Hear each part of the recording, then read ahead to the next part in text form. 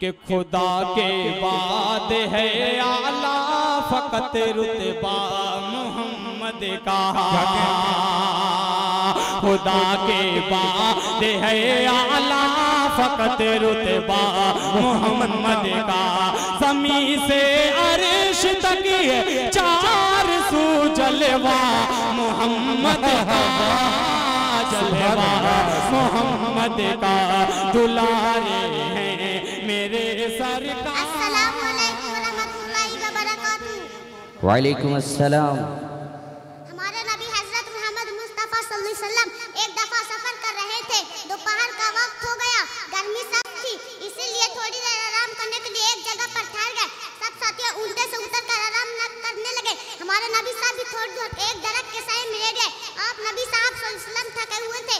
लेते ही आंख लग गई। एक शख्स का ताक में था। उसने देखा कि आप साथियों से दूर है और सो रहा है। उसने समझा मौका अच्छा है। वह लगकर आपके सराहने पहुंचा और तलवार सुन्नत कर हमला का इरादा कर लिया। एकदम हमारे हजरत सल्लल्लाहु अलैहि वसल्लम की आंख खुल गई। देखा कि अफजानी दुश्मन लंगे तलवारों लिए हमला का इरादा कर रहा है। दुश्मन इस गुरूर में था, वह पूरी तरह काबू पा चुका है और अब आनन फानन आपके काम तमाम कर रहा है। उसने बड़े घमंड से कहा, मोहम्मद बता तुझको कौन बचा सकता है। हमारे नबी साहब ने बड़े इत्मीनान से जवाब दिया, अल्लाह अल्लाह अल्लाह।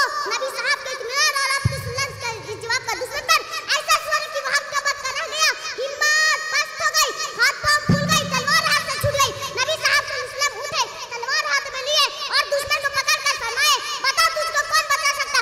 दुश्मन अल्लाह को नहीं मानता था, उसका भरोसा अल्लाह पर नहीं था। वो थर-थर कांपने लगा। उसने खुशामद शुरू कर दी और लड़खड़ाई जवान से कहा, मुझे आपके सिवा और कोई नहीं बचा सकता। आपने उसको माफ फरेब दिया और उस पर ऐसी मेहरबानी की, वह हमेशा आप सल्लल्लाहु अलैहि वसल्लम का गुलाम बन गया। अस्सलामु अलैकुम रहमतुल्लाहि व बरकातुहू। अस्सलामु अलैकुम रहमतुल्लाहि व बरकातुहू। औज़ु बिल्लाहि मिनश शैतानिर रजीम। बिस्मिल्लाहिर रहमानिर रहीम। एक मर्तबा हज़रत मूसा अलैहिस्सलाम ने अल्लाह ताला से सवाल किया कि ऐ मेरे परवरदिगार, जब आप अपने बंदे से खुश होते हैं तो उसे इनाम में क्या अता करते हैं। मेरे रब ने जवाब दिया, मैं उसे एक बेटी अता करता हूँ।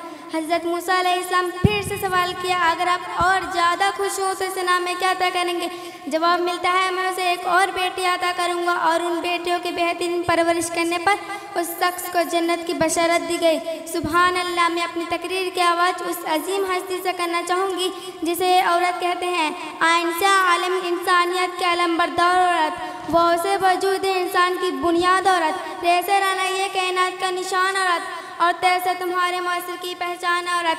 ए औरत, तुम दुनिया में आती हो तो माँ बाप के लिए जन्नत की दलील बनती हो। बीवी की सूरत में अताअत से खुद जन्नती होती हो और जब माँ की आला मुकाम तक पहुँचती हो ना तो जन्नत को तुम्हारे कदमों में डाल दिया जाता है। ए औरत, तुझे सलाम है, बिलाशुबा तू ही मौसर की पहचान है।